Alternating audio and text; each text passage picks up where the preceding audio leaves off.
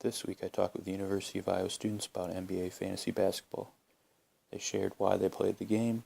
They also discussed some of their strategies for when setting their lineup.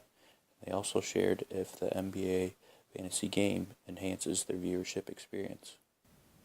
It's a different kind of fantasy like sport. I played a lot of fantasy football, but this is really different because it's like day to day, and at least in the league that I play. Some leagues are a little bit different, but the league that I play is day to day, head to head matchups, and it's just honestly it's a lot of fun.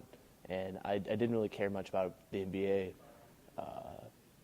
Like I did, but I didn't pay as much attention to it before I started playing. It provides you a kind of a different way to engage, and basketball is definitely a really stats heavy sport. So it kind of gives you something to kind of follow along.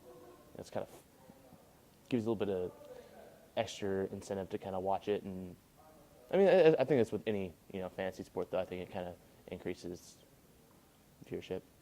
Well, I watched a lot of basketball anyway, but then in regards to the guys who would have been on my team, I did have to go out of my way to make sure that I was checking in on certain guys on teams that I wouldn't usually pay attention to. So I mean, yeah, in a way, I really had to make sure that I had a consistent following of certain teams.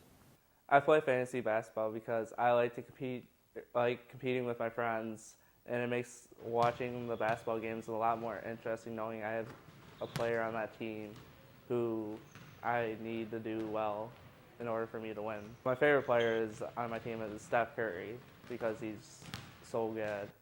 He gives me a lot of points with all the threes he scores. Another player I have is Andre Iguodala. He's just a good overall good player who gives me a lot of points too. For more coverage on the NBA, check out Iowa Boy NBA Talk.